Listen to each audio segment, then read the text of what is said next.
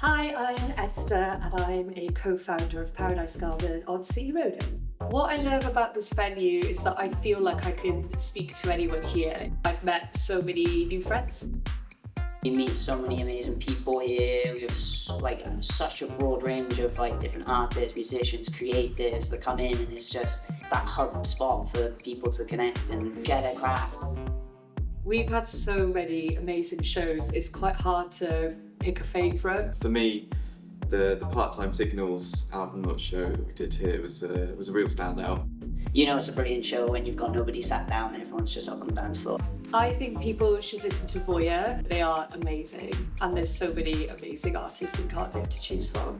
The support we've had from Cardiff Council has been really good because we can buy equipment instead of renting it, and it saved us a lot of money. It's really helped us to expand the amount of live music that we do.